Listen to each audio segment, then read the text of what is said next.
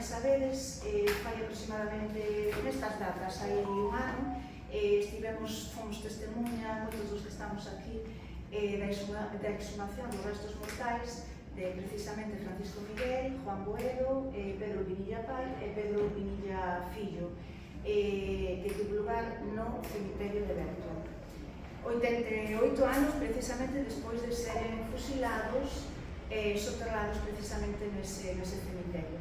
Pois ben, coincidindo con este cabo de ano, decidimos organizar unhas xornadas que terán lugar o 28 deste mesmo mes, aquí tamén nas escolas Agra de Caldas, ás que vos invitamos a participar.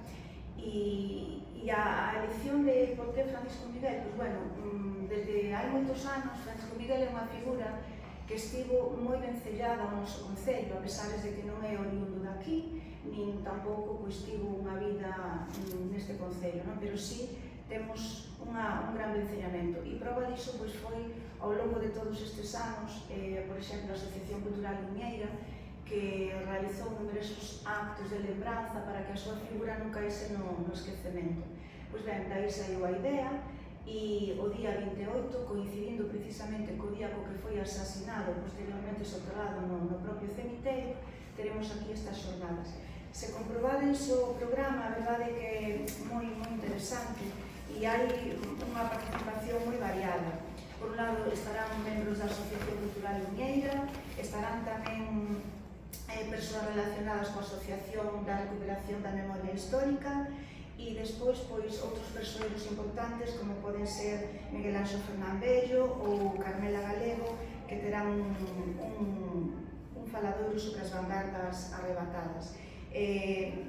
Simplemente tamén comentarnos que Adrián, que temos aquí aquí connosco, é o historiador que lle deu un pouco forma a todo este programa e a este contido, que vai a ter diferentes actividades ao longo de todo o día. Primeiro, creo que vai haber un obradoiro de batik, corríxeme se non é así. Sábado pola mañá. Sábado pola mañá. Despois pola tarde teremos as xornadas propiamente ditas. E despois tamén fixo un traballo, desde o meu punto de vista, fantástico, que son unhas unidades didácticas que vamos enviar aos colexios e aos institutos para que os nenos e nenas de Carballo e os mozos e mozas poidan ser coñecedores desta figura que só coñecemos quizás os que xa temos unha idade, os que imos peinando o carro. Esta xornada, temos Xan Fraga, Carmela Galego, Fernán Bello, Carmen Rodeja, que nos van ilustrar dun xeito máis teórico non só falar de Francisco Miguel, senón dos Pinilla e de Boedo, tamén ten que haber un pouco parte práctica, neste caso focalizada en Francisco Miguel, que era pintor, traballaba coas súas propias mans. Entón é moi importante nos rapaces poder traballar este tipo de elementos. Para iso fixemos o fanzine versado en elementos biográficos, moi simplificados, evidentemente, pero para que os rapaces situen un pouco máis a figura de Francisco Miguel. Por exemplo, como facía autorretratos, buscar actividades onde eles tamén poidan autorretratarse, facer un coñecemento propio a través da mellor arma que tiña Francisco Miguel, que era arte.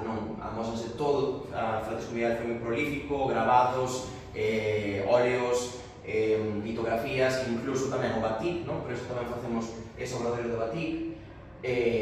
Entón, unha serie de actividades, tamén entra a figura de Sira, a súa muller que foi crucial, os batiks, o obradoiro do batik vai ser pola mañá, vai ser esa apertura do menú, e ademais que é unha técnica bastante curiosa que ven das illas de Xava, en Asia, e tamén en culturas de África tamén se realiza, é coller seda, neste caso colleremos un sucedáneo, mollar en tinta, ainda que previamente se fai un dibuixo en cera, e quedan cousas como estas, e que ele aprendiu en París. Francisco Miguel foi bastante, estudiou moito viaxar e coñecer todo tipo de vanguardas artísticas. Entón aí focalizamos por todo na práctica, en tamén que todo isto sexa interxeracional, memoria interxeracional, e todos os eslabóns máis vellos, se me permite a expresión, que vayan tamén encadeando os máis novos e que se coñeza a figura de Francisco Miguel e tamén da nosa historia.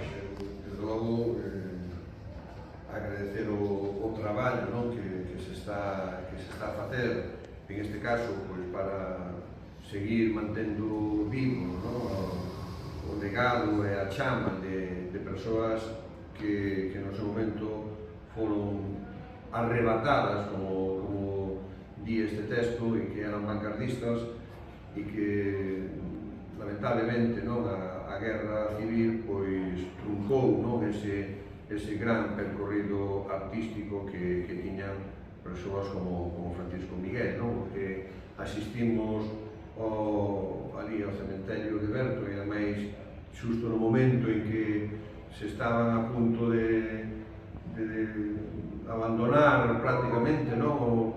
O traballo de excavación e xusto foi cando apareceron os indicios dos restos e depois efectivamente pois a cousa saliu tal como tiña a Agrupación da Memoria Histórica estudiado e presentida, non? Por tanto, o meu reconhecemento a todas as persoas que fixeron posible esta exhumación. Agora o que nos toca, non? Como Concello é seguir lembrando esta data, non? Tamén alrededor deste mes de setembro ben merece unha reflexión colectiva sobre o que supuxo, non?